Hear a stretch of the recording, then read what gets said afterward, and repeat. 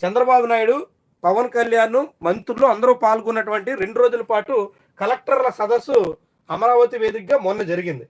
2 రోజుల పాటు కలెక్టర్ల మీటింగ్ జరిగితే దానికి భోజనానికి 1,20,00,000 రూపాయలు ఖర్చు చేశారట.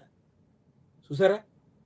2 రోజుల పాటు కేవలం కలెక్టర్ల కాన్ఫరెన్స్కి, కలెక్టర్లు, ఎస్పీలు అంతా చూస్తే 26 మంది, 50 మంది, 100 మంది పైబడి ఉండొచ్చు సుమారుగా. వాళ్ళ భోజనానికి 1,20,00,000 రూపాయలు ఖర్చు. చాలా రాసింది.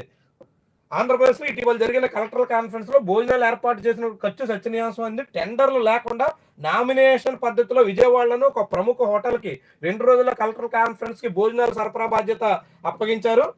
రోజుకి 60 లక్షల చొప్పున మధ్యాహ్న భోజనం, రాత్రి డిన్నర్, స్నాక్స్ కోసం చెల్లించినట్టుగా సమాచారం. రోజుకి 60 లక్షలు, 1/2 కోటి రూపాయలు పైబడిన రోజుకి భోజనాలు. అంతా కలిపి 200 మంది ఉండొచ్చు, అంత స్టాఫ్ ఇతరులు అంతా కలిపి 200 మందికి 60 లక్షలు రోజుకి భోజనం అంటే ఎంత ఖర్చు అయింది చూడండి.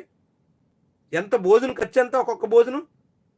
ఆంధ్రప్రదేశ్ ప్రభుత్వం ఖర్చు ఇది, ఆంధ్రప్రదేశ్ ప్రజల ఖర్చు ఇది, ఆంధ్రప్రదేశ్ ఖజానా నుంచి చేసినటువంటి వ్యయం ఎంత మొత్తం ఖర్చు చేశారో చూడండి. ఎంత ఆశ్చర్యకరమైనటువంటి, ఏ రీతిలో 2 రోజుల పాటు జరిగినటువంటి ఈ సదస్సులో దాదాపుగా 200 నుంచి మొత్తం సిబ్బంది అంతా కలుపుకుని 200 నుంచి 300 మంది వరకు ఉండొచ్చు. అంతా కలిపిన మొత్తం 1000 నుంచి 1200 మందికి మించరు. అంతా మొత్తం అందరూ కలిపేసుకున్నా సరే, మొత్తం ఆ సచివాలయ స్టాఫ్ అందరినీ కలిపేసుకున్నా సరే, అయినా సరే ఆ 2 రోజులు అయినా కొంతమంది అధికారులు, మంత్రుల సిబ్బందికి ప్రత్యేకంగా ఎలాంటి భోజనాలు ఏర్పాటు చేయలేదు. మీడియాకి ఏర్పాటు చేసిన భోజనాలతోనే కొందరు సిబ్బంది 2 రోజుల పాటు ఆకలి తీర్చుకున్నారు. కానీ ఒక్కొక్క రోజు భోజనాల కోసం 1 కోటి రూపాయలు చెల్లించినట్టుగా బయటకు పొక్కింది. భోజనాల సరఫరాను విజయవాడ నగరానికి చెందినటువంటి ప్రముఖ హోటల్, 7 స్టార్ హోటల్ రేట్లకు మించి బిల్లు వసూలు చేసినట్టుగా కనిపిస్తుంది. ఇది చాలా చాలా విశేషం అనమాట.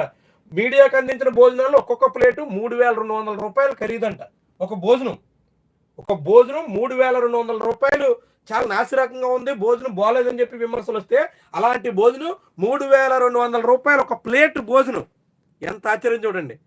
ఏ రీతిలో ఖర్చులు చేస్తున్నారు చూడండి. ప్రజాధనాన్ని వినియోగించడంలో ఎంతగా ఉదారంగా ఉన్నారు చూడండి.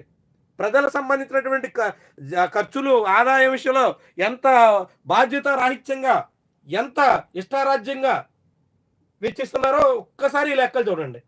3,200 రూపాయలు భోజనం, ఒక రోజు ఖర్చు 60 లక్షల రూపాయలు, 1/2 కోటి రూపాయల పైన.